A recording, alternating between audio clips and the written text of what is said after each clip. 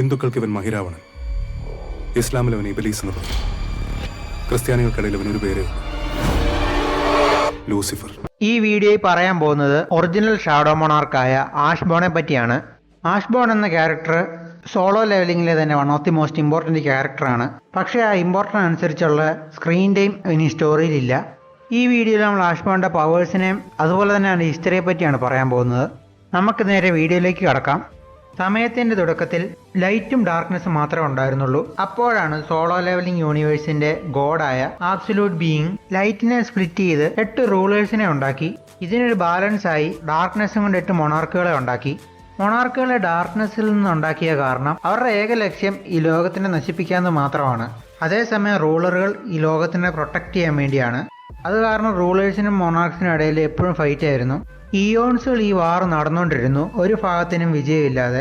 ഇങ്ങനെ തീരാത്ത യുദ്ധം ചെയ്ത് മടുത്ത റൂളേഴ്സ് ആബ്സല്യൂട്ട് ബീയിങ്ങിനോട് ചോദിക്കും മൊണാർക്കുകളെ തോൽപ്പിക്കാനുള്ള ശക്തി തരാൻ, ഈ തുടർന്ന് വരുന്ന വാർ തീരാൻ. ഇതിന് ആബ്സല്യൂട്ട് ബീയിങ് ഒരു മറുപടിയും കൊടുക്കത്തില്ല.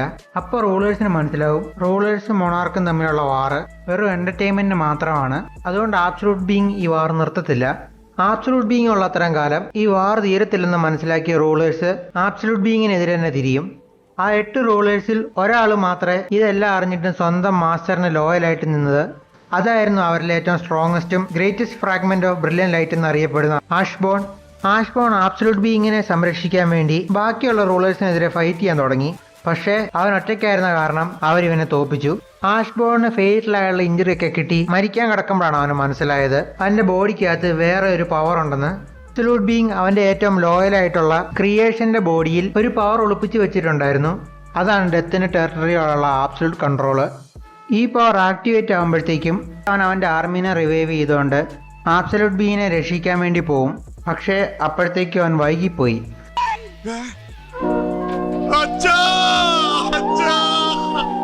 റൂളേഴ്സ് എല്ലാം കൂടി ആബ്സല്യൂട്ട് ബീയിങ്ങിനെ കൊന്നു കളഞ്ഞു. ഇതിന്റെ ദേഷ്യത്തിലാണ് ആഷ്ബോൺ മൊണാർക്കുകളുടെ ഭാഗത്ത് ചേർന്ന് ഷാഡോ മൊണാർക്ക് ആകുന്നത്.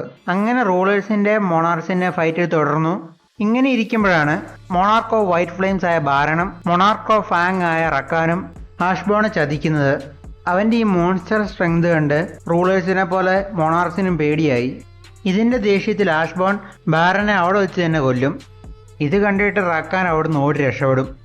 നിനക്ക് പ്രാന്താളാ പന്നി, ഓടിക്കോ എനിക്ക് ദേശത്തെ വഴിയേറിയില്ലാന്ന്.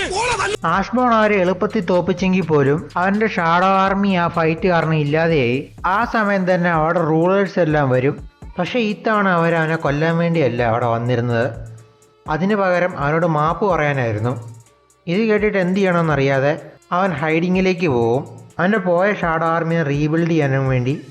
ഇങ്ങനെ കുറേ കാലം പോയ ശേഷം ആഷ്ബോൺ മൊണാർക്സിൻ്റെ അടുത്ത് ചെല്ലും. മൊണാർക്കുകളിലെ ഏറ്റവും സ്ട്രോങ്ങസ്റ്റ് ആയ ആൻഡ്രിയസിനെയും കണ്ട് റൂളേഴ്സിനെ തോൽപ്പിക്കാൻ ഒരു പ്ലാൻ ഇടും. അങ്ങനെ മൊണാർക്ക് എല്ലാവരും എർത്ത് ഇൻവൈഡ് ചെയ്യാൻ പോകുമ്പോഴത്തേക്കും അവരുടെ കൂടെ ആഷ്ബോണും പോവും. കാരണം അവൻ ഒരിക്കലും ഒരു സ്ഥലത്ത് ബിലോങ് ചെയ്യുന്നതെന്ന് തോന്നിയിട്ടില്ല. അവനെ റൂളേഴ്സും ചതിച്ചു, മൊണാർക്കും ചതിച്ചു. അതുകൊണ്ട് അവൻ എർത്തി വരാൻ തീരുമാനിച്ചു. ഈ മൊണാർക്കുകൾ എർത്തി മാനിഫെസ്റ്റ് ചെയ്യാൻ വേണ്ടി ഹ്യൂമൻ വെസൽസ് വേണം. അതിനുവേണ്ടി കാണ്ടിയാരു എന്ന് പറഞ്ഞ മേജന്റെ സഹായത്തോടെ അവന് പറ്റിയ ഹ്യൂമൻ വെസൽ തപ്പാൻ വേണ്ടി തുടങ്ങി.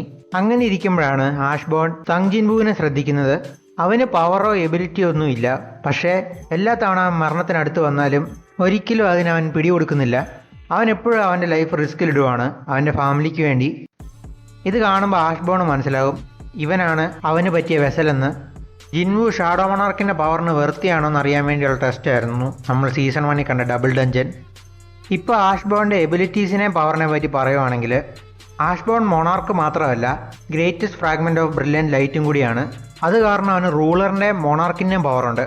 ആഷ്ബോണിൻ്റെ ലെവലിൽ വരുന്ന ഒരാൾ മാത്രമേ ഉള്ളൂ, അത് monarch of destruction Antares. Ashborn immense ആയ ഫിസിക്കൽ സ്ട്രെങ്ത് ഉണ്ട്.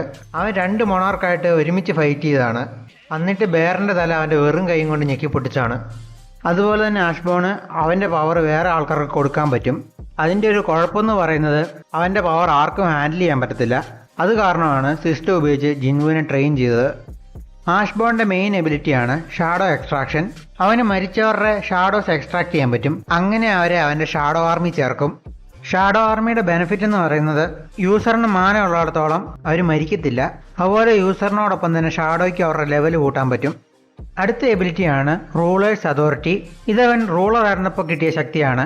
ഈ എബിലിറ്റി എന്ന് പറയുന്നത് അവൻ എന്ത് സാധനം വേണമെങ്കിലും ടെലിക്കനീസ് ഉപയോഗിച്ച് കൺട്രോൾ ചെയ്യാൻ പറ്റും. പിന്നെ വരുന്നതാണ് ഷാഡോ എക്സ്ചേഞ്ച്. ഈ എബിലിറ്റി ഉപയോഗിച്ചുകൊണ്ട് അവൻ്റെ ഷാഡോ ഉള്ളിടത്ത് ഇൻസ്റ്റൻ്റ്ലി അവന് ടെലിപ്പോർട്ട് ചെയ്തു പോകാൻ പറ്റും. അതുപോലെ തന്നെയുള്ളൊരു എബിലിറ്റിയാണ് ഷാഡോ പ്രിസർവേഷൻ. അവൻ്റെ ഷാഡോസിനെ അവന് സ്റ്റോർ ചെയ്ത് വെക്കാൻ പറ്റും. അവരെ അവരുടെ സെൻസ് ഉപയോഗിച്ചുകൊണ്ട് മോണിറ്റർ ചെയ്യാനും പറ്റും.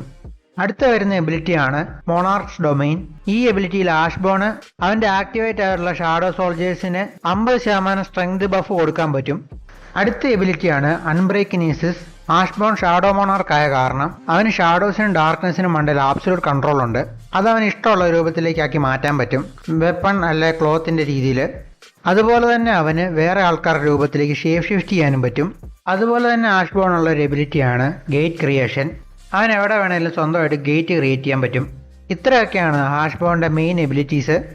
ഇനി നിങ്ങൾക്ക് എന്തെങ്കിലും സംശയം ഉണ്ടെങ്കിൽ കമൻറ്റ് ചെയ്യുക. ഇനി വേറെ ഏതെങ്കിലും ടോപ്പിക്കിനെ പറ്റി വീഡിയോ ചെയ്യണമെങ്കിൽ അതും കമൻറ്റ് ചെയ്യുക.